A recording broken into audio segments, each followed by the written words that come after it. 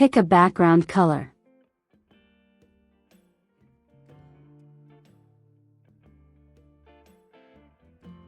Add a text box and type your text.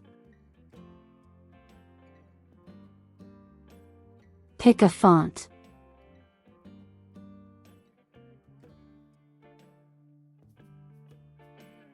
Make the text the same color as the background.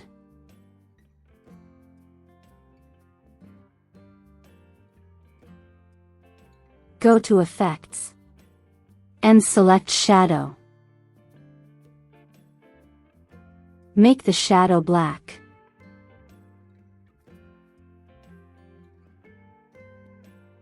I make the offset 20.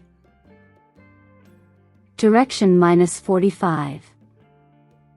Blur 10. Transparency 40. Duplicate the text and place it in the exact same position as the first text.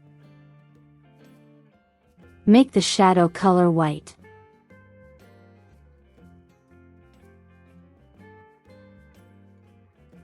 Change the direction to 45.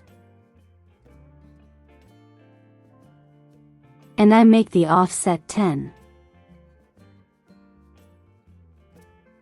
And that's how you create this text effect.